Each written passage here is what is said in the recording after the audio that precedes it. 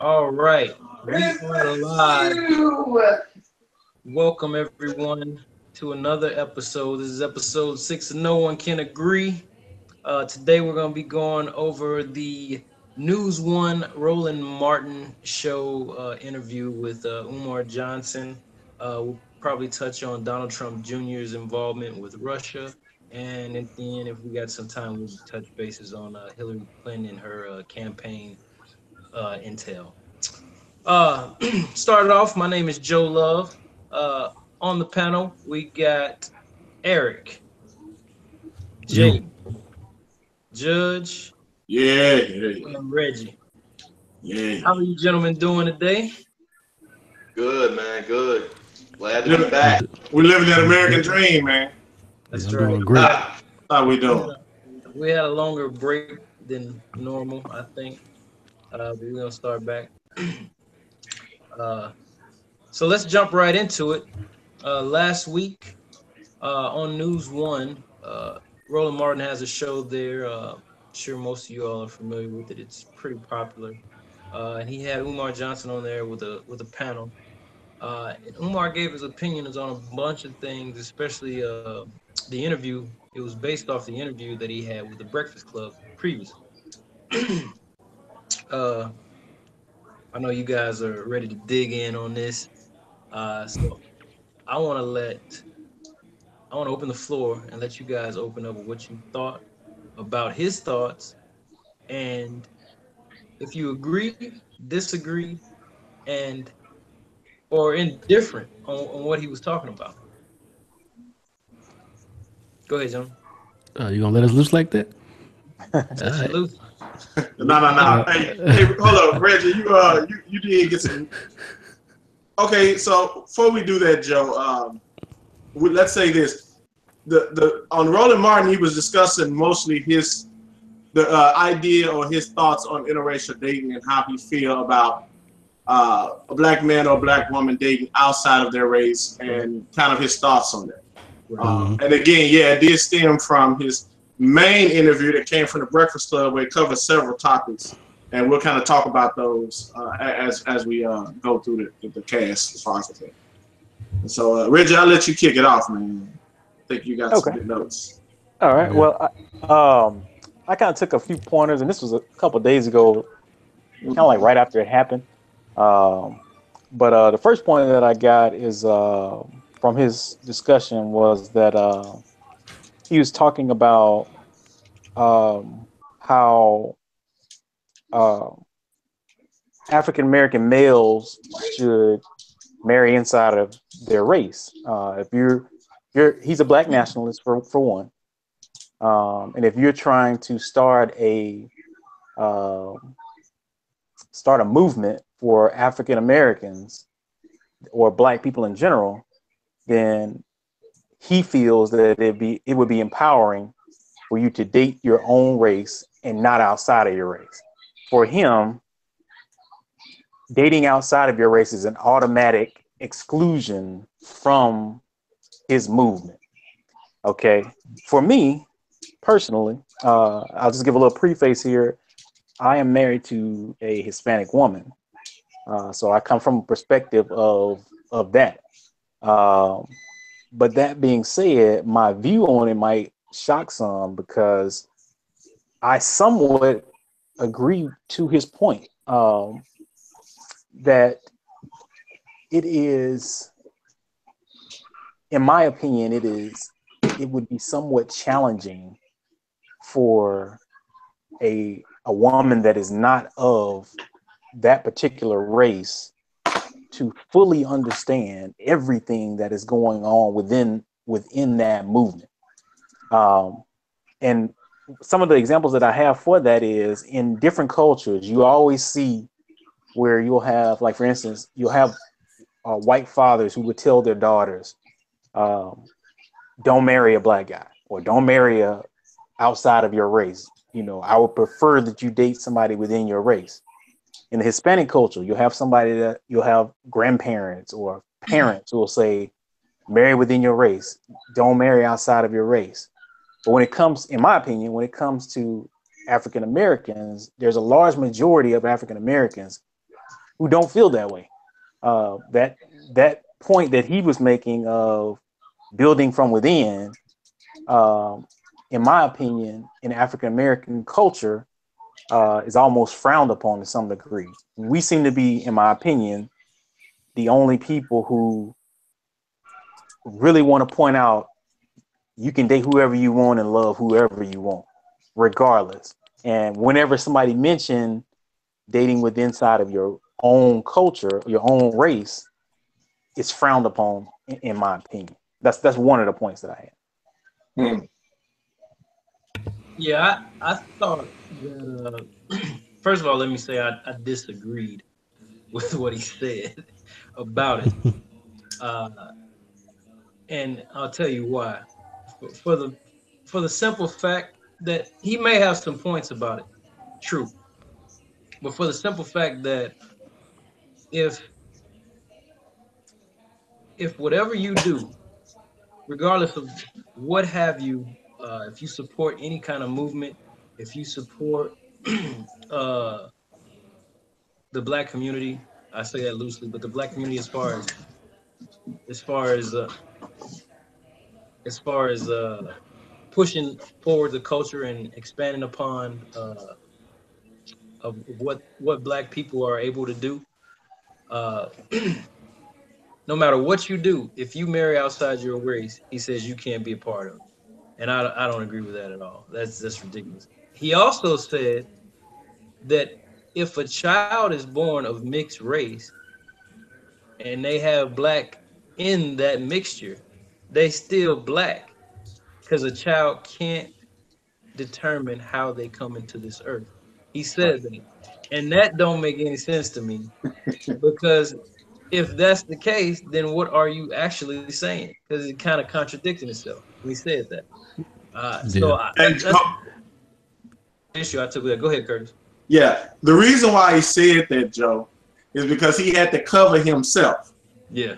First and foremost. And the reason why he had to cover himself, see, Slick talking, the reason why he had to cover himself is because he mentioned earlier that his grandmother, or his great-great-great-grandmother was supposedly raped, Frederick Douglass's mother was supposedly raped by the white man that does Frederick Douglass was biracial. Mm-hmm. So in order to protect yourself from others saying, well, you are what your father are, or your father is, meaning Frederick Douglass's father was a white man, so Frederick Douglass was white. And so you got to try to protect yourself when you've got the rhetoric. That's what slick talkers do. They try to think ahead of the people who can't critically think for themselves. Now, I didn't agree with him either.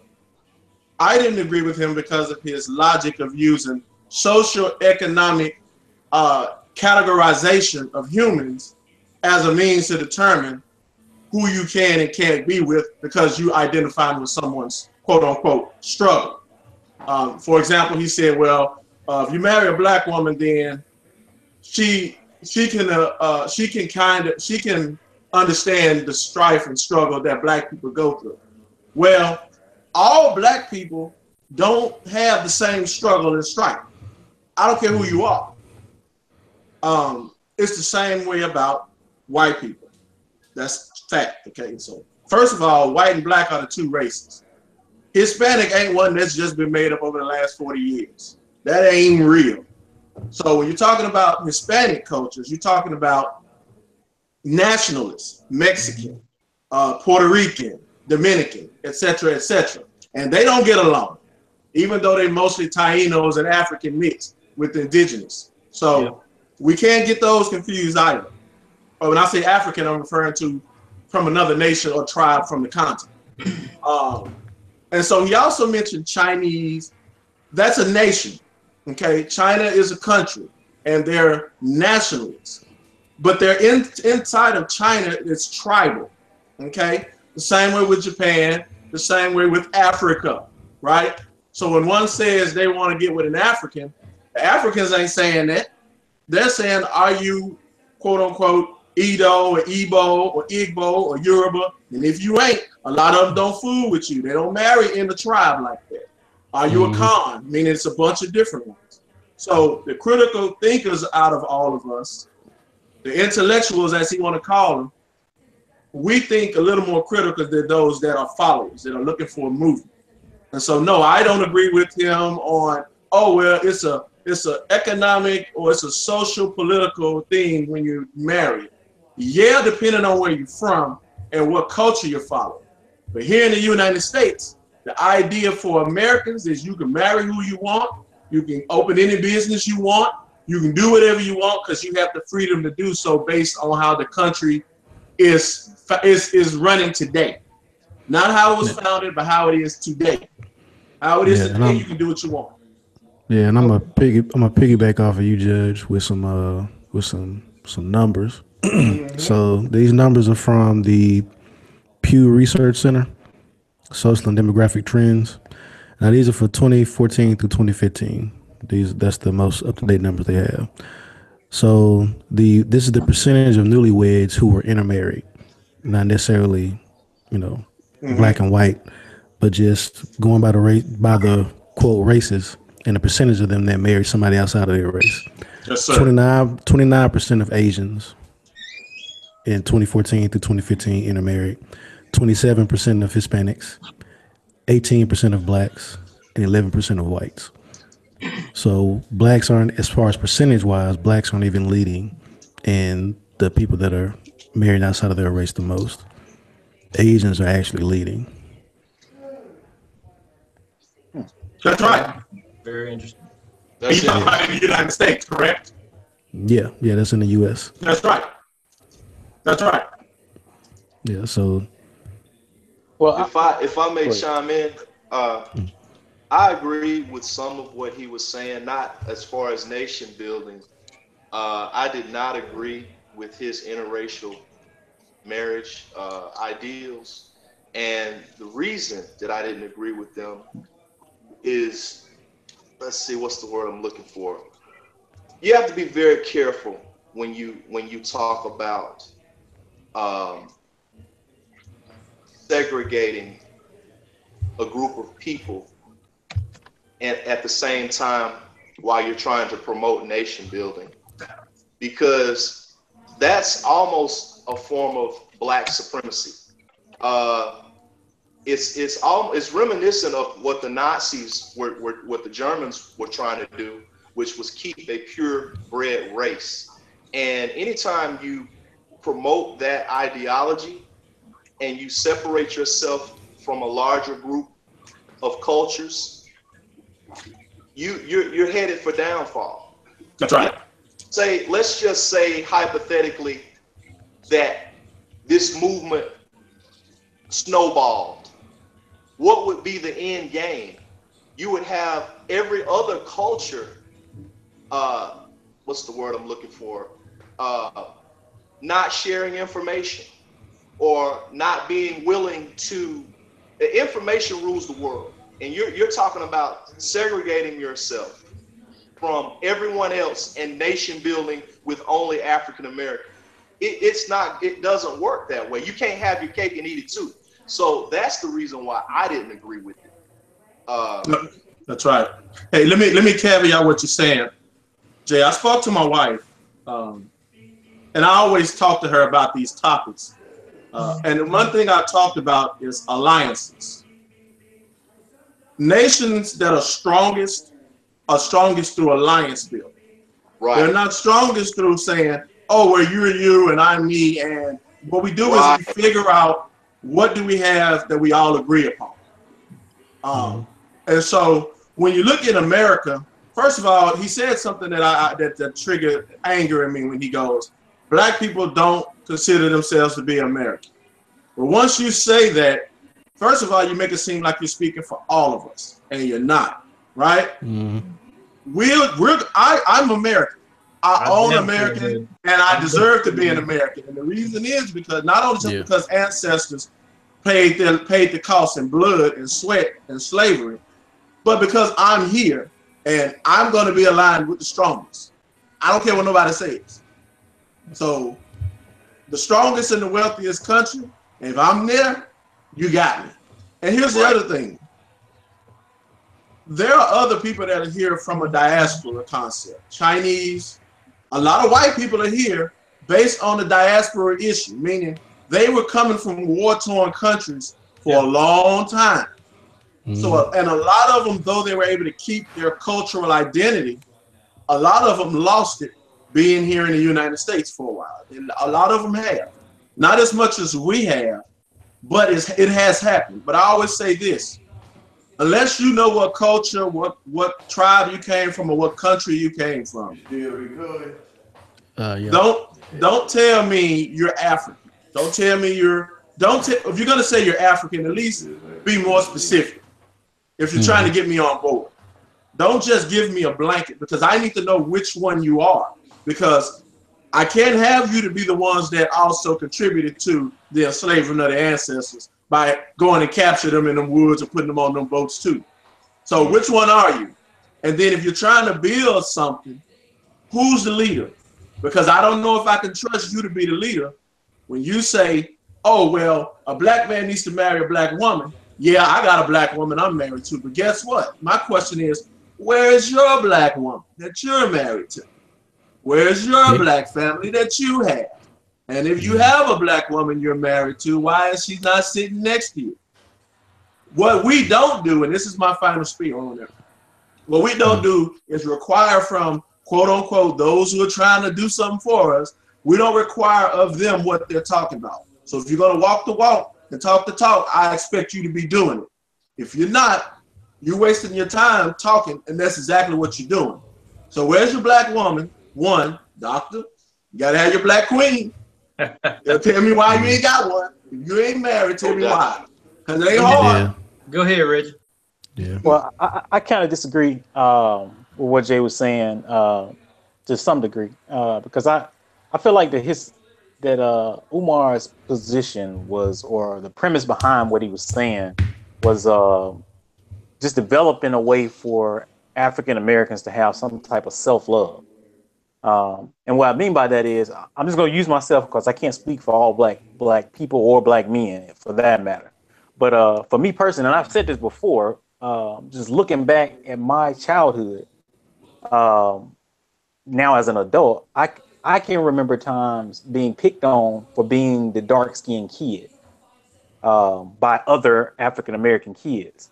And in going through that, I didn't realize at the time that what it was doing to me psychologically. Because I can remember as a kid telling myself, I'm going to marry a light-skinned woman from another country. Now I ended up doing that. My wife is Puerto Rican and Mexican.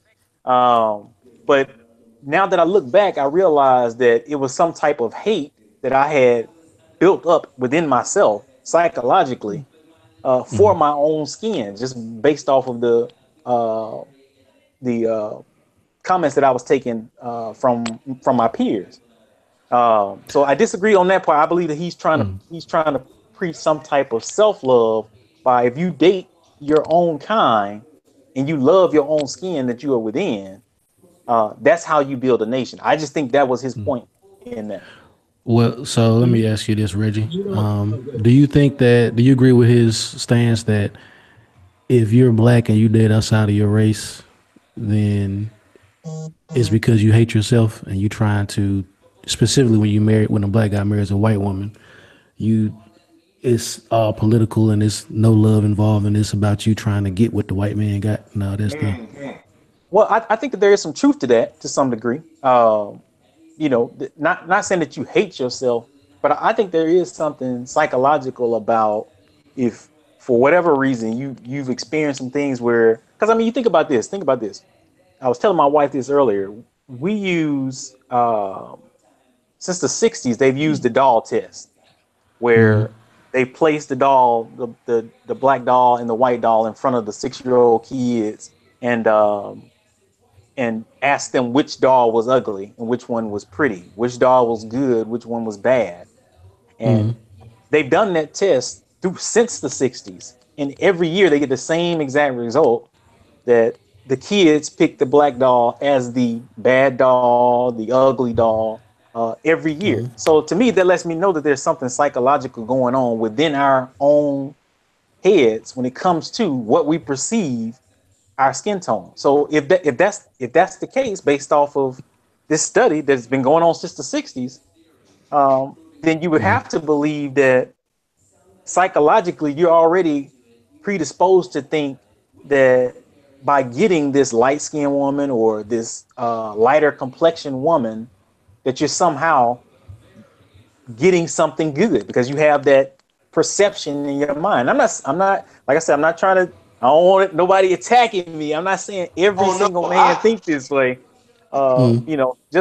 I'm just speaking for myself.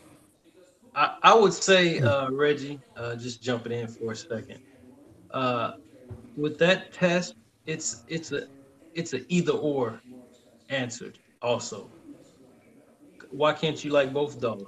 They have to pick one and the other, which So is why are kind they of. picking? So But why is it throughout since the test started? Why has it always been the same results? because the What? majority of the images you see growing up as a child, you're always going to see the good guy at most times be the white individual Okay. in So then everything. that goes to my premise that Yeah. you are predisposed to believe that white is good and But black is bad. I but agree you're with that. asking. Wait, time out, time out. You're also asking children, which whose Right. brains Which is aren't even developed. worse. They're But not that's even developed. worse. No, that's even worse though. That's even worse because they're even younger. You wouldn't even think that they would have that thought in their mind yet of perceiving good and bad based off of skin tone. They don't. Yeah, Let me, let me, because well, I well, did this with my. Go ahead, Rick. I'm sorry. Go ahead. yeah, because I'm probably gonna be shorter than you. I was just gonna say that test is kind of, especially in today's age, as far as social media and internet and all that stuff. The images that kids see is a lot more diverse now than it used to be. But also, there was a study done about not necessarily black skin and white skin being better, but as far as the images, like whenever you watch, if you sit down and watch any Disney movie, what do the evil characters look like? They're not black people, but they're usually dark, like the dark skin, have a dark color if they're not just painted black Right, altogether.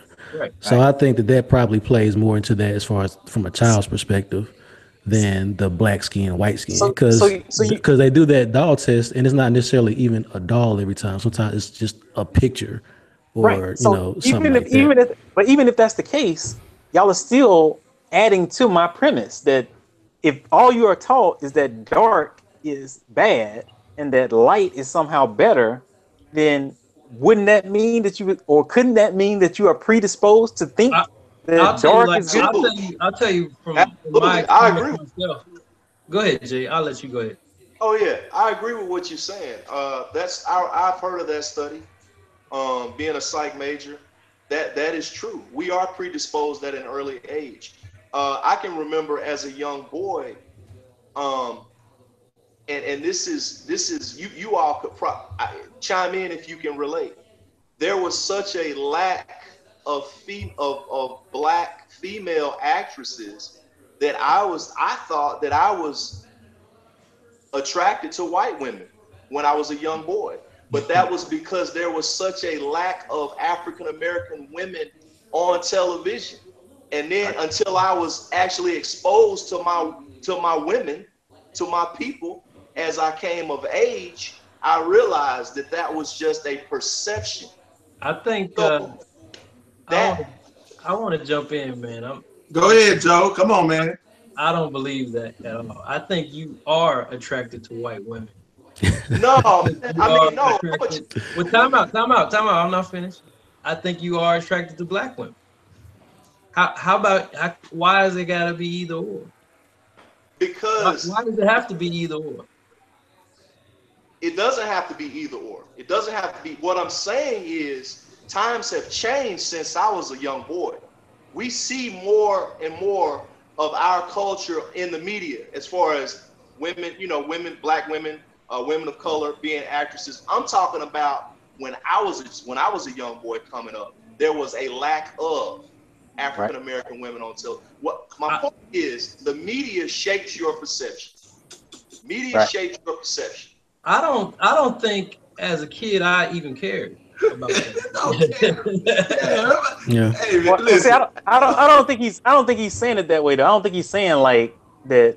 As a kid, you were saying this is what I like, and that's it. I think he's more so speaking of the mind frame that there weren't as many images there, so if you That's didn't what have I the was images, exposed to. Exactly. right? Okay. All right. So, all right. So I got to do this. Okay. Look, check it out. Right? I saw that doll thing. Here's the first thing. I did this with my daughter. She's 6. Right? Did this with her. Okay. So I know firsthand what happens. So I told my daughter, I said, which one of these are good, Adam? Something black and something kind of light skin or whatever. And I go, which one is better? And she picked the light skin. And I said, well, why? And she said, oh, because that one's darker. She was looking at the colors. She was not looking at the skin tone as socio-political bullshit that the mind fuck that they gave us. And as adults, we give to our children. The social mind fuck is something that you give to your children and then they give to their children as generation. So what I have to do is say time out. That's not the case. Okay, one's not better than the other based on the tone of the skin. See, that's a teachable moment. If you don't teach, you're gonna teach your children the mind fuck. See what I'm saying? So what I did is, and again, she was looking at it from colors, not from the standpoint of a socio-economic, where the skin tone is white and pure and pale and all that bullshit. See, it's what they did, or what the Europeans did when building that racial bullshit, is they knew that the mind of the people that was gonna run with it were children, even though they were adults. They could barely read and they can barely write. And if you can barely read and write, you'll believe that bullshit. Okay? You won't know that you've got choice. You can pick them both. They're both pretty because you only gave me 2 choices. You only gave me one. I gotta pick one. But there's a deeper question. No. There's a deeper question there. What is that? The question is why? Why that's the real question. Why did she perceive the dark one, regardless of skin tone? I just told you. It's why? Colors. Yes, the colors. Colors. So it's absolutely blue. Let me tell you something. Black is not, the color black is not as pretty as the color blue. I don't give a damn what you say. Now, the color red, to some people, no, but this is the point I'm making. The color red is not as pretty as the color gray. The color brown is not as pretty as the color yellow. It all depends on who you look, who's looking at it, and what sparks interest and a certain type of what they like in their eyes when they view things. But see, that's the problem. No, it's not a problem. It's only the problem. No, it's only a problem when you take something that's childlike by looking at colors, and then you take that bullshit and you go, oh, well, now let's put this on people, and now we're gonna do this, and then you teach your children that. So what I'm saying is, the original mind fuck was to take all of these people from Africans or Negroes that was brought to this country and poor white people who were brought to this country that could not read and write because they couldn't read and write when they were in Europe. They brought their asses here and they said, okay, there's a white group and there's a black group. And they did that specifically for votes. Now, when they separated the two, they said, all right, now all of y'all are white with us and all of these Negroes is black. Now, all you white people that's white with us, guess what? You're white. The only problem is they didn't tell those poor white people that couldn't read and write that their ass was in another subcategory because they ain't have no land and no money. You understand what I'm telling you? So what they did is they took a whole lot of illiterate people and they started to tell them some bullshit. And so looking at colors with children, they're automatically, when you can't understand, my daughter's 6, she can read and she can write a little bit as a child. Who think like children, we look at colors. We don't think on a socioeconomic platform of skin tone. That's not what she's doing. So that's the question. So that's kind of the question. So you just believe that they're just looking at colors, that's and no matter what. I asked her why. Well, hold on. So regardless of what it is, that those kids will just view the darker color as the bad color, no matter what. It's nothing psychological. It's just Well, no. I'm not. Yeah. No, that's not what I'm saying. I'm saying if it's psychological for them, it's because their parents are still under the same mind fuck. But here's the thing: when I looked at that video, and I've seen several of them, they never asked the children why. They never asked them why. And when they did, if they did ask them why, when they actually listened to them, what was their ultimate motivation for doing it? What was their intent when they got the answer? What was the answer when they said, oh, well, I just prefer a lighter skin because it's prettier than my skin? You see what I'm saying? Or did they say, oh, well, I just like it because that doll's lighter than this doll? They're looking at colors and hues. Well, I've seen some where they've asked which doll would be more likely to commit a crime. Mm-hmm. Yeah. We lost Reggie. He'll be back. Well, it's because it's going to be this color. Yeah. I thought my perception was that there's something psychological going on with these kids that perceive themselves, even though they're black, perceive themselves as being bad. And that's the intent of that video, was to make you and everybody else stay under the same mind fuck. This is the thing. Oh, go ahead. I'm sorry. Go ahead. Yeah, I was gonna say this. We all know that race is a social construct. Like, race isn't what you are. It's somebody telling you what you are. To a certain point, kids don't know race exists. Like, as far as like seeing a black kid seeing a white kid, or white kid seeing a black kid, unless they're being taught at home by their parents how to treat somebody who looks that way, to them that doesn't exist. They're taught that later on. The reason why I agree with Judge as far as the kids viewing their test and seeing the colors is because my daughter being 2 and sitting down and watching some of the stuff that she watched, and even watching some of the older things we used to watch, especially in black and white days, the only way you could denote somebody was bad was to make them black in color, not in skin color. It could be a black dog, it could be a black horse, it could be a black bear. Just that color was used to symbolize evilness or bad intent. Okay, and so that's my point, though. But that's not. But that's not. Yeah, that's not a reflection of yourself. Like, they're separating. You're not separating the color from what a person is, a human. Yeah, like a child, like the children wouldn't seeing a black dog or a black bear and thinking like, I'm that black bear. Like I have the same potential as that black bear. I'm evil. Like they weren't seeing that. They weren't internalizing what they were seeing. Let me make this point real quick. Have you ever seen a little girl say her favorite color is black? I hadn't seen a little girl say her favorite color is any color. Oh yeah, I'm just saying. My daughter is pink and purple. Most little girls, their favorite color is gonna be something that's on the other end of the spectrum. Okay. The actual color. Yeah, the color. Okay. Not the person. The color. Well, now, so they're I was just saying that from the standpoint of black isn't really a color. It's like the absence of color. Like, I don't know. Well, no, you're let me say this. Go ahead. No, I was just gonna go here because it's another point regarding what y'all said earlier as well. When you mentioned, going into, I think Jay was saying how we don't need to like separate ourselves or put ourselves into some kind of separate, because it almost becomes black supremacy. Mm-hmm. Well, in my opinion, that's not true, and here's why. So in the Asian community or really Asian community, you have places like Chinatown in some cities. You have Mexican communities where it's just Mexicans. Mm-hmm. You have all these different cultures. You have singular cultures with people of like skin complexion and like people. They all the same. Mm-hmm. Why is it that when somebody African American come off and say we need to get together, separate ourselves, why is it that we all of a sudden flake up and be like, no, we can't do that? I'll tell you why, Reggie. Hold on. I'll tell you why, Reggie. When you say African American or black, what's the culture What separates that culture from American culture?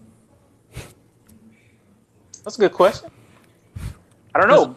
I don't know. That would be a question that you would pose to Umar Johnson, who is trying to We're do. not listening to him. No. I'm saying, listen. Listen, what I'm saying. I'm saying, if his goal is to build a nation, Yeah, we're not worried and about his him. goal is, well, I'm just saying that's what I agree with him in regards to if you're trying to build a nation of African Americans to build up African Americans, then why is it bad for African Americans to be separated? Who you separating from? Yeah, Hey Reggie, I didn't have an issue. I didn't have an issue with us on forming the business end of African Americans forming businesses and making revenue, making money, and separating ourselves in that retrospect should happen. My issue was his thoughts on selective breeding. And that's exactly what it is when you throw everything else out the window as far as your connection, having connections with an individual, and then throwing that out the window just because that person is Asian or Hispanic or white. That was my problem. I don't have a problem with us privatizing, forming businesses, and doing what little China, what you see in San Francisco with Little Chinatown, or Little Italy's in New York.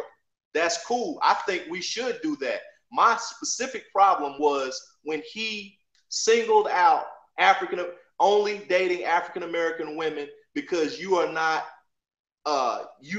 down with the cause if you're not married to a black woman and had breeding black children. Come on, man. That's like I would say this. I'm not I wouldn't be included in his definition of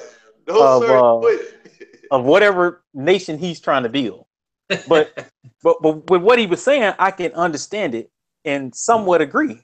Because my view is, why is selective breeding a bad thing?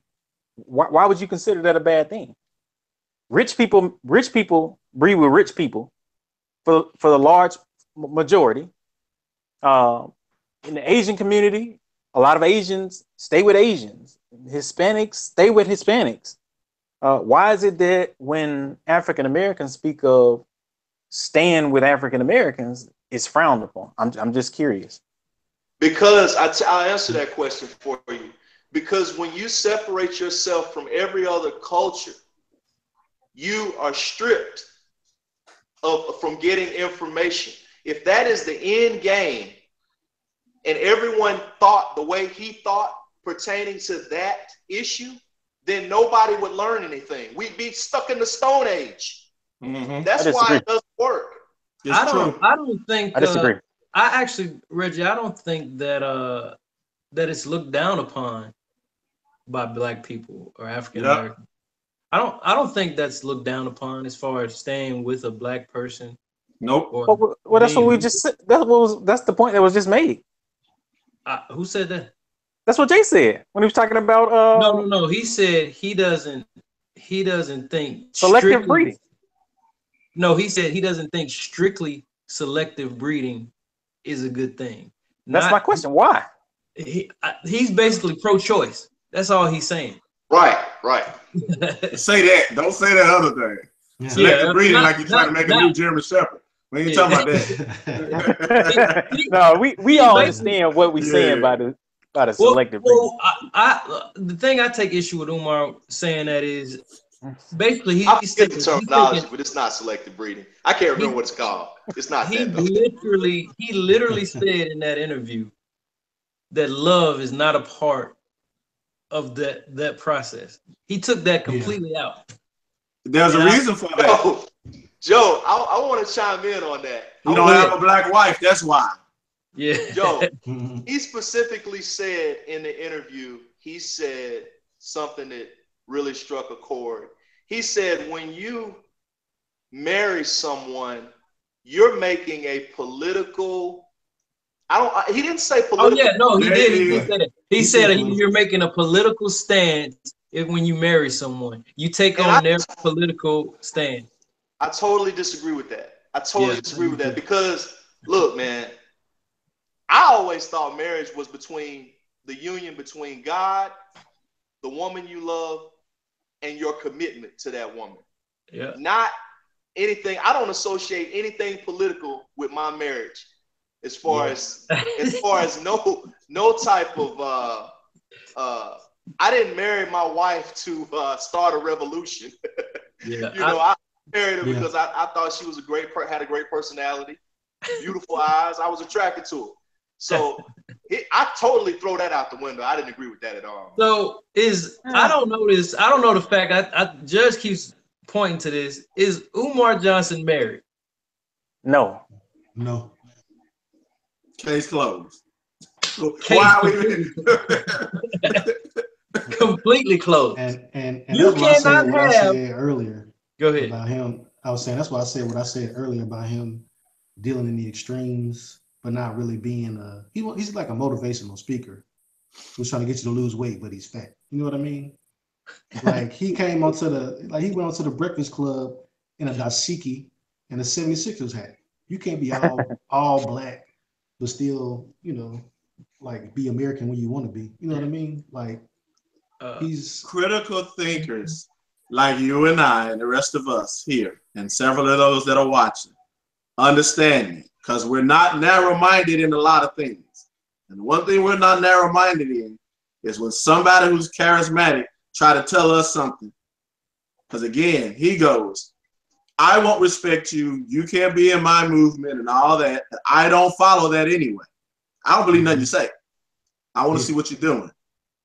And if he ain't got no black wife, meaning he ain't loved the black woman enough to say, I want to marry you. I want to make you my queen, like he be saying, and I want to be and have all my children with you. He's not an old guy. I mean, he's not a young guy either. He's not young.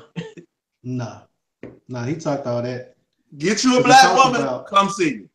Yeah. Well, check this out. Let's talk. Let's go. Let's do this then.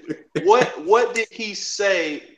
What did Dr. Umar say that we did agree with? Good answer. Good question.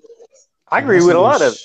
I agree that this is what I agree with. I do agree that if you're going to pick a woman, pick one that you can identify with. But again, when I say identify, I'm not just saying one that looks like you. Again, I'm saying one that you both can, family-wise as well, can come together and create something. So if she has a culture and you have a culture and y'all come together like you, Reggie, and you bring those two cultures together and you mesh them and create something beautiful, I'm with you. I do think there is a self-doubt in a lot of black people, not most, but a lot. But that's only because of people like him making you think that you ain't doing something right because you're making your own choices. And you're not doing them out of being malice toward your people. You're actually genuinely trying to do something that makes you feel good, that makes you happy. And, that's just me. Okay. I don't know, man. I might not agree with nothing he said personally. Well, I'll say this as far as my thing on Umar. My personal opinion on the guy is that he's one of those, I don't want to call him a fraud or anything like that, but he's just one of those guys that just talk a lot. He just say a lot. I mean, you have some people that want to put themselves into this place of being this leader when a person that's actually can sit back and listen to what they're saying can realize that they're not really that leader that they are trying to persuade you that they are. I think real people looking at his interviews can kind of see the BS that come with some of what he says. Some of it, yes. Right. So, but as far as I try to remove him, the person, out of what he's saying and just try to hear what he's saying. And some of the stuff that he said, I agree with, in regards to if he's trying to do this type of movement, which I don't necessarily agree with the movement that he's doing in that regards, but if that's what he's trying to do, I can understand how interracial couples might not be the best for that particular type of movement. Agreed. Yeah, that makes sense. What do you guys think? But he ain't got no black woman. He don't got that. That we know of. What do you guys think about this charter school that he's been planning and getting donations for and custing out for the progress that he said he's at, and what do you think about what's going on with that?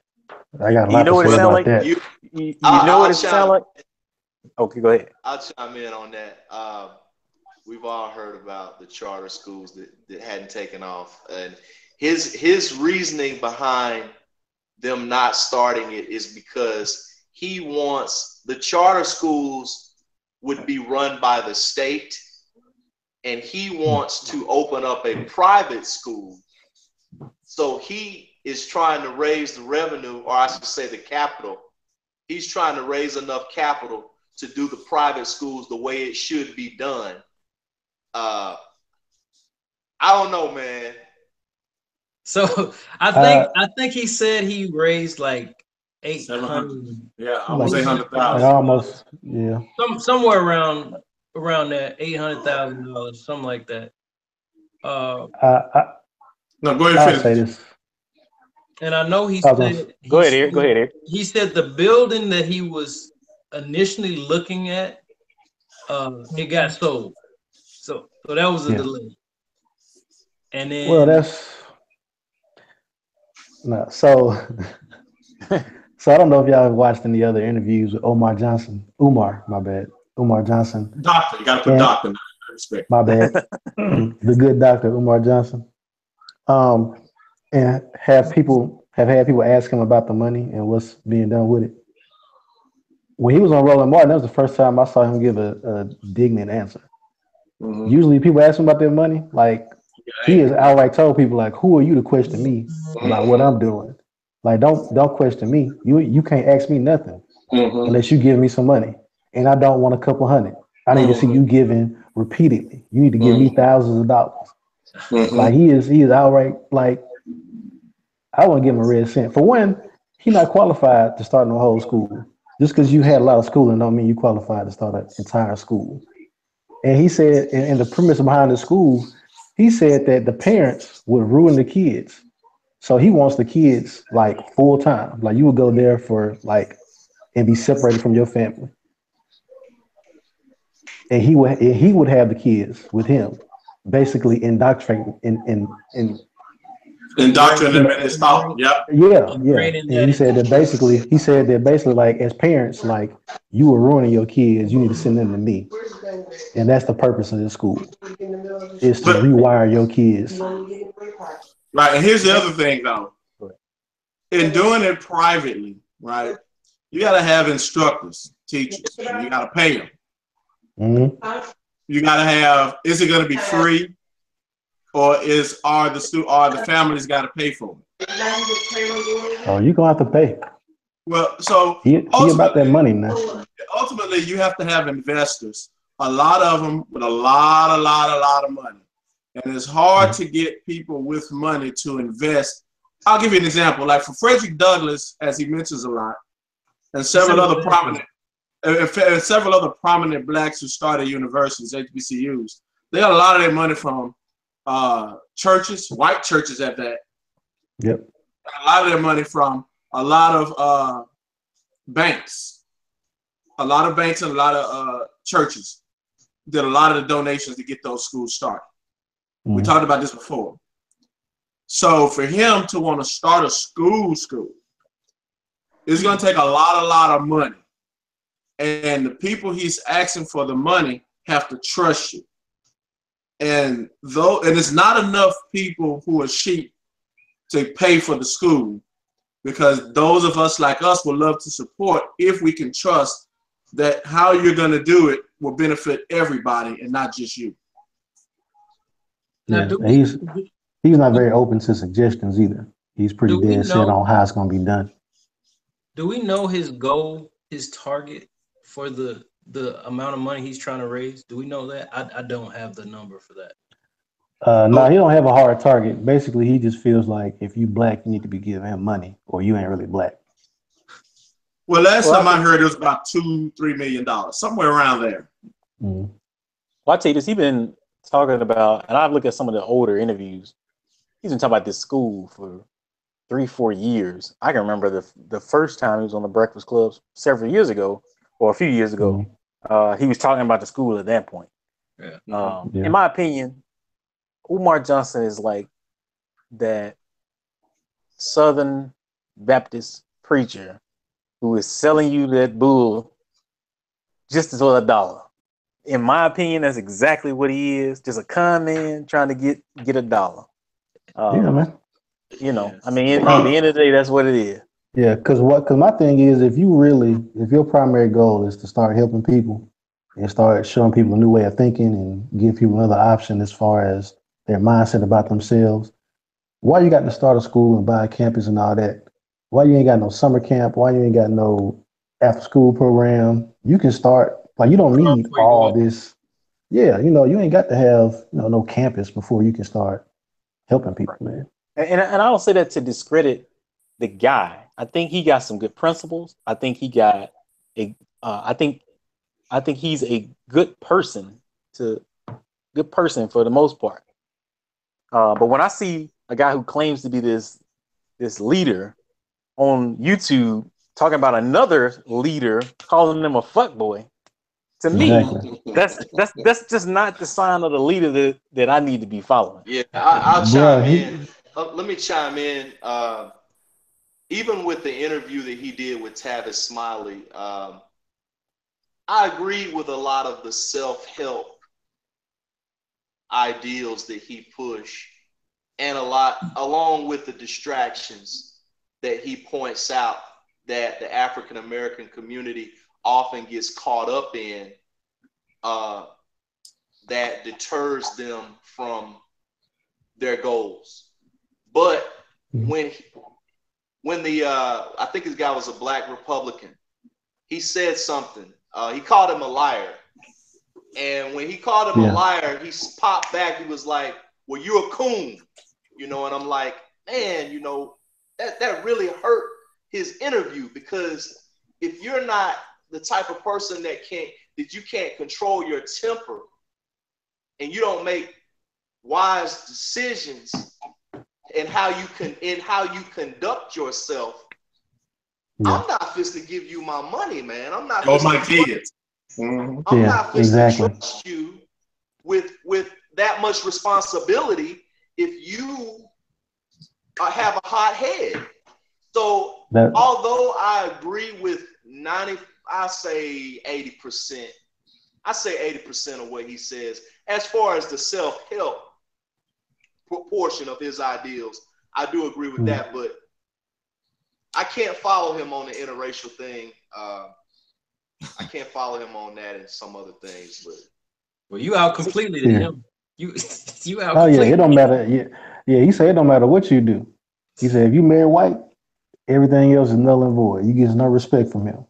You could be the black messiah. It don't matter. You marry a white woman. Yeah, he mentioned that about Frederick Douglass. He was like, if Frederick Douglass wouldn't have married the white woman in his later years, he would undoubtedly be the greatest, I'll say, black pro-activist in history. Yep. So, and he specifically said, if he wouldn't have made that mistake, he said mistake. And DJ Envy was like, really? That was a mistake? Marrying a woman that you love? Yep. So, well, I got another point that I had wrote down as well about one thing that I kind of spotted in regards to that debate. Well, for one, it wasn't a debate, it was just an attack on Umar that had been set up, orchestrated to be an attack.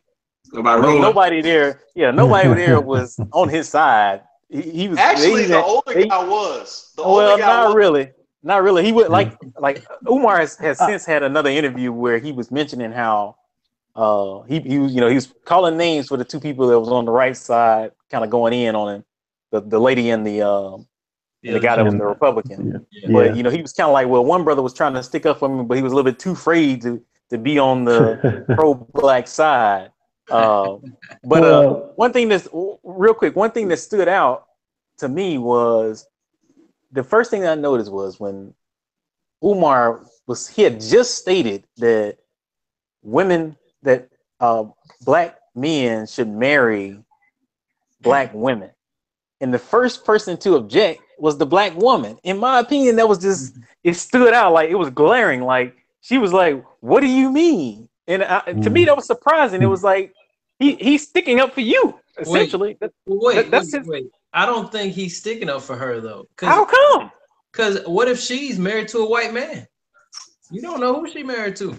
You're right. Probably is. And also his motives for saying that have nothing to do with black women. Like you notice his whole motivation for marrying black women had nothing to do with, you got to love your sisters and you got to support them and they need us. It was all about getting his respect. Like basically he gonna pull your car when he see you and he meet you and he meet your wife. If she black, then you check that box and then she out the picture. He don't want to hear nothing she got to say. She ain't about to be leading nothing in his cause. But if she white, then not only does he not respect her, but he don't respect you as well. See, I don't agree. I don't agree. See, I think it was the opposite. I think he was trying to say, if I'm going to have this movement, I need black people marrying black people so that this nation can be built on strong black people dating and marrying themselves. Right. If that was what he was going to say, something? he could have said that. But he's I was going to say he's very narcissistic, right? Everything is about validating things to him.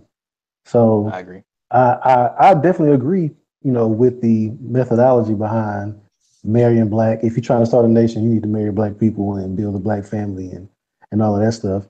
But his reason and the reason why you can't get behind him 100% because he say stuff like, because at the end of the day, it's all about him approving of whatever you're doing. Right. Everything has to do with him, like getting his respect and all that stuff. And it's not about what's best for everybody. Like he doesn't. Right. That's not his argument. A lot of times. A lot of times it's about what he feels is right. Right. And it's like, but I don't like you as a person, though. You need to separate them two things. That's my opinion. If I may chime in, he made a point to point out that statistically that black women in general are the last to get married, and that it is up to the African American male to take charge and take our women back because they're the last to get married, and if it's up to us to I guess to rectify that. And I had issues with that because there could be other things going on culturally that is the catalyst for that issue. There could be things culturally because let's be real, man. Black women and white women are not like the 20, 30 years ago. Look, that side no matter what. I mean, you could have a down white woman and she was down with, but through media, through cultural, I guess. Hey Jay, your audio is going in and out. Go ahead, Eric. I was gonna say this. There's two reasons for that, right? Because even though my wife, I married her when she was 25, and she's got a master's degree in mathematics, and as far as earning, it's a damn competition. We constantly competing. I'm trying to keep up with her as far as her earning potential because it keeps going up every year almost.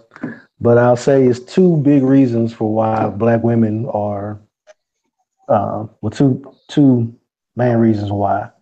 One of them is they're the most educated demographic of people in the country. The most educated group of people in the country are black women.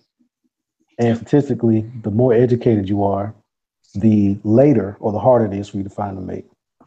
And two, marriage isn't, our culture doesn't celebrate marriage. Like socially, marriage isn't what it used to be. Because you see shows like, all the shows, everybody was married, and those are the big hits. You think about like the Cosby Show and Leave It to Beaver, and basically every show was perpetuating, being married with kids and a dog and a house and a picket fence and all that stuff. And now the biggest shows, especially in the black community, are the housewife shows and reality shows, and it's a lot more, especially this generation coming up, it's a lot more individual focused, right? You look at social media and, just the focus isn't on building a family and starting a family. It's about doing you and, and that kind of mindset. And I think that black women are suffering more from that, but that's what's perpetuated in our culture. Oh, Go ahead. So it was something he said. I agree with him on the idea of being more African. Again, I always say being a more African meaning what culture, and I said that earlier. So if one can find maybe an African culture or a nation or a tribe that has some cultural practices and philosophies that they agree with, and you want to interject those into your own life here in America to feel more connected with the continent, I think that's always a great thing. That's something that I'm doing right now with my family. But he said something that also we got to fact check. You always want to fact check something. Here's what he said. He said when the Civil Rights Act was done, he said that they took away the focus on the blackness and on race, issues of race, and made it broad. Meaning, he said that they added in sex and sexual preference. Meaning, and then he goes to say, well, which led to the women's movement and I'm paraphrasing, and homosexuality being kind of a thing that kind of made it much easier to come out as homosexuality, and that kind of hurt the black community. LGBT. Yeah, all that nonsense. But anyway, I thought that here's the thing, if you're going to talk nation building to me, who understands nation building and what it takes, if you take something that's saying, oh, well, the government passed a bill and for the Civil Rights Act, and they added in all these other things, and you've got a problem with it, I'm going to ask you, do you understand nation building? Do you understand how policies are made, how laws are made, and how over time things are corrected? So, for example, we understand that during the Civil Rights Movement, there was issues of race, there was an issue with gender and sex, and there was an issue with homosexuality and the discrimination of all of those. And those are culminating things that was going on forever. And so when you finally, as a people, get something done in the country, when the nation or those that are in governance start to make laws, they look at the broader scale of the American nation and fix that. So it's all of that. Discrimination, all of that. They don't just pick one thing and then say, well, let's pick another and then let's add another. They look at the whole thing and said, okay, we've got an issue across the board, not just here, but all the way across. Let's build a law for all of it. So now it's not just, I know you said this earlier, Reggie, when it's about me and what I want, you forget to empathize with those that are in the broader audience. And I always talk about alliance building. If you're going to say it's just me and you disregard everybody else, you're going to be by yourself. And even though you think that's a good thing, you only think it's a good thing because you don't understand how nations are built, how economies are made, and how success is really driven through strength and building of that. And so I wonder if I could even trust him to run a nation for me if he doesn't understand that fundamental part of laws and governance. So I think his bigger point that he was trying to make with that was, and this is his view, was that white America at no point has ever done a singular thing in regards to the African American or developing African Americans. And so the person mentioned the Civil Rights Act. And that's when he started talking about they added additional things for women and the LGBT community within that particular bill. Right. He goes, well, that's not specific. That wasn't specifically for us. It was an inclusion of everybody else. And normally when you're able to counter people who speak a certain way, you've got to be able to ask certain questions to get an answer. And I was talking to my wife and I asked this. Well, when he's saying name one thing that white people did, well, here's another question. Name one thing that black people did, since you want to use that. And here's the other part. Give me an example of what you're talking about when you're saying one thing that they did. Because you weren't there. You were nowhere around when these things was happening. And so you may not know that there were also white people, poor and disenfranchised as well, but there were a lot of them who empathized and sympathized with the black struggle because they understand that. A lot of them came from that same issue in Europe. A lot of them came from that coming to the country, and so they're going to sympathize with what you're dealing with because they can relate. You just don't see it because you don't understand what they're going through because you're only thinking about what's going on with you. Judge, if I may chime in. Yeah, I'm done. Go ahead. He didn't dispute that. As a matter of fact, he did say that there were whites that were helping with civil rights. He did say that there were whites and other races that were protesting. His issue was no one stepped up to systematically put an end to some of the injustices that we still seeing today. Like when he said he used the key word systematic. What that mean? So what that means is he's specifically referring to, and not just I don't want to say specifically. He's talking about like the Tamir Rice cases. When we see things in plain sight, when a black man can get murdered on camera and get no justice, that's the systematic he's referring to. So you're saying because he didn't see something? No, I'm not saying. I said he said. No. I'm saying you're saying he's saying since he hasn't seen a white person jump up and say something, it's not happening. I don't think you're understanding. He's talking about a group of white people or a white person that has stepped up and stopped the systematic racism within white America. Any moving part of the machine, of the beast, he's saying no one has stopped, has dismantled it. Nobody. Here's the thing. Okay. Civil rights. Here's the thing. The same reason why you can't stop it, not you, but meaning black people haven't stopped it, is the same reason why white America hasn't stopped it. They haven't stopped it for the same reason. And the same reason is because the people who are running racism and white supremacy in America have all of the money. One. Two, most of the people in America are still in their mind fuck that the black color and the white color was good and one bad. And it's not just on one side. Everybody's under this mind fuck. Everybody. They just refuse to acknowledge it.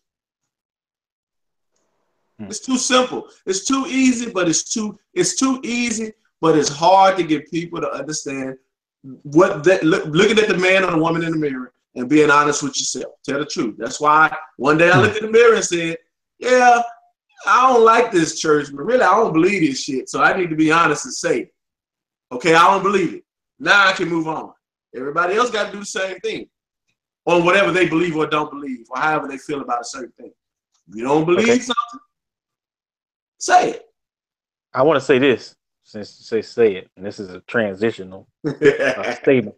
To all of the sisters out there, if you are still listening to this, I was not saying that I would not date African American sisters when I was single.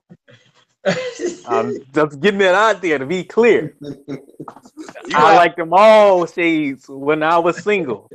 Yeah. I'm just throwing that out there. Okay, and what you saying that when you grew up, you said you had that complex Right. for darker skin, but you just said you like, oh. Well, see, this is the thing. I didn't know it when I was young. Just looking back, Right. I could see it. Mm-hmm. I agree with you. I kind of had the same idea about girls, but that was because where I was from, most of the girls who were around me were like me. Well, they look, but not just they look like me, but a lot of times we like what we don't know. We're curious about things that are new to us. I grew up in a predominantly black neighborhood, went to an all-black school. I didn't see white girls or Hispanic girls anywhere.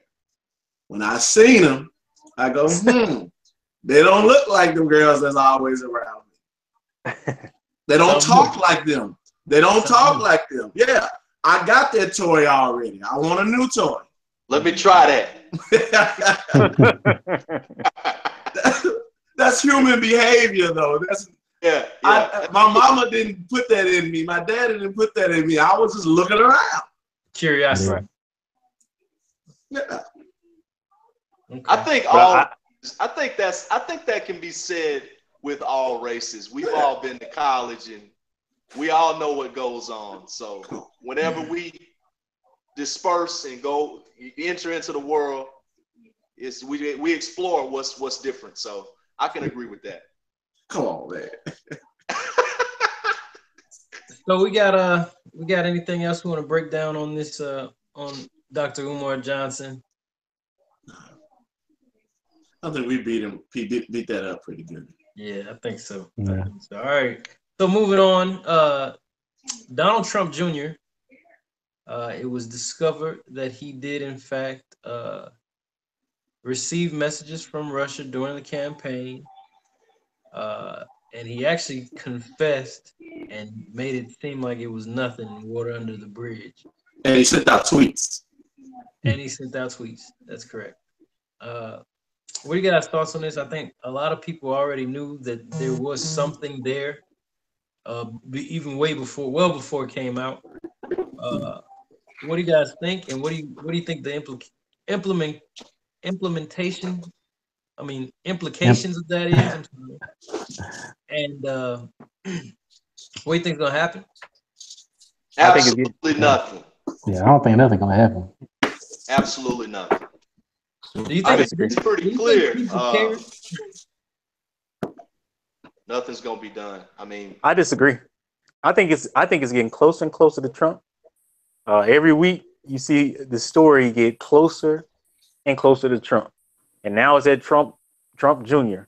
The next thing you'll hear is what's her name? Melania. You hear Melania was doing something with Russia. Melania been quiet, man. She been smart. She ain't said 2 words. You're right, man. Look, Melania signed up. I'll say this. I'll say this. If something was gonna happen, it would have happened by now. Nothing. They're not gonna impeach him. They're not gonna impeach him. They're gonna let it ride out. He may not get elected for a second term, but they're gonna let it ride out to save face. This country is not operating the way it was 30 years ago when Nixon was in office. If Nixon would have pulled this stunt 30 years ago, you gotta go back farther than 30 years. Well, That's a little recent. You know what I'm trying to say. Yeah, we know what you're trying to say. We get it. We understand. Yep. So we're not even 300 days in yet. So I think I think that he will be impeached. Now I'm not. Hold on a sec. I'm not. Look, But You have to. Go ahead, Reggie. Let Reggie finish his statement. No, I'm not even saying that I feel like he should be impeached at this point. But I do think that it will happen. And the reasoning for that is, and he knows it, is that he has Bob Mueller as this, with this special counsel who has the ability to investigate and research anything. So just like with Clinton, and I keep saying this over and over, just like with Clinton, when you went into, I can't even remember what the exact point was that they were investigating when it initially started off with Clinton, but it had nothing to do with that. They ended up finding stuff on Monica Lewinsky and Paula Jones, so it went totally left. The investigation went totally left based off of evidence that they were seeing. The same dealings could happen with Trump. You talk about a businessman who's been in business for 40, 50 years. There's bound to be something that's out there that he's done that was not only immoral, but criminal. And if you got this guy who's searching everything, it's a whole lot easier to find it. I think he'll find it. And that's why Trump does not like this special counsel and Bob Mueller investigating. He don't give a damn about Russia because I don't think he directly tied to that. But when it comes to finding something else, I think that's what will bring him down, and he know it. Okay. Eric, what you think about this whole Trump ordeal, and what do you think the effects will be? I don't know. I mean, at this point, I think Reggie made a good point as far as Trump maybe not having any direct ties to Russia, but there's definitely some potentially criminal things he's done as far as business dealings in the past. I think that's definitely true. I think that's probably more what he's worried about. And I think that's really his only motivation, because Trump doesn't care about facts and what's real and what's not. He's going to tell you whatever you want to tell you. So, I mean, even if something does come out, with Trump Jr. being involved with Russia or whatever, he's still going to tell you whatever you want to tell you. I mean. Judge, what you got? What I got? So I don't think right at this point, I think it's still part of the circus. Him tweeting out what happened and what was in the conversation can be looked at both as a bad thing and a good thing, depending on how you look at it. Do I think that it was something illegal with you talking with someone who knew something about something that knew something about your counterpart? I think because it's Russia, they've got a problem with it. If it was, let's say, Israel or some other country that just despised Russian, then they probably wouldn't have a problem with it. It's all about just trying to keep the narrative going. It's kind of it. Okay. So it also came out that Hillary, her campaign trail was getting intel about those dealings with Trump. I'm not up to speed on everything that came out with that. I am a little bit. Go ahead, Judge. Yeah, so supposedly the DNC was getting intel from, I believe it was Crimea, the one that Russia raided or invaded about a few years ago. And they've been kind of at odds. And so they were looking at a way to help the DNC with information that was coming that could be detrimental to the Trump campaign, because they had intel that Trump was talking with Russia. Or not just him, but someone in his campaign. And so they were trying to give information at the same time that, quote, the Russians may have been trying to give information on Hillary. And so really they both had people talking to people. What's starting to find out now is that you both were talking with other foreign people. Now the problem here is that from the Donald Trump standpoint, they were looking at it from the standpoint that Vladimir Putin had direct ties and direct involvement in giving you guys intel, whether that's from the DNC side, someone in Crimea, or I think this was Crimea was given, and they weren't necessarily part of the government, but they knew something, and they knew some people who knew something, and they were trying to get some information. But you still got them saying, hey, you guys are colluding, and they were colluding. So you guys can't be mad at them because you both were doing it. And it's kind of to help with the whole Donald Trump Jr. thing happening. How do we try to ease this? Oh, well, Politico got this article they put out, and it got 17, 18 pages worth of information. And it's all true. Again, they all feed into each other's narrative. Our side against yours. Okay. Yeah, speaking on that, I would kind of say that I don't really, to be honest, I don't really care what happened with Hillary Clinton at this point because Hillary Clinton lost. So who cares? I mean, I get the point. I get the premise behind it that, you can't really just have an issue with collusion on one side, but not have an issue with potential collusion on the other side as well. But I mean, like I said, Clinton's not the president. She didn't win. So in the end, I could care less that she was colluding. It's over. Now you can go through some criminal stuff in regards to whether that was actual collusion or anything criminal done. Yeah, definitely investigate that. But as far as trying to pin that on why you did it, I mean, who cares? You the president. That's my opinion on it. Yeah, I mean, that's pretty much their default mode of operation, though. Anytime you try to, question them about any of their actions, the first response is, well, what about so-and-so? Or you didn't say anything when such and such did this, or we're doing the same thing that this person did. You didn't have a problem when they did it. It's never I don't know. Right. He even mentioned that when he was talking about his son, Donald Trump Jr., meeting that attorney who mentioned in the email that she was working with the Russian government and had intel on Hillary Clinton. He even mentioned that he started going back to Lynch, the former attorney general, something like that. Allowing that attorney into the country. Like, what does that have to do with anything? Like, who cares about that? But it's just a deflection, deflecting. Exactly. That's pretty much their whole talking point, is to deflect anything. All right.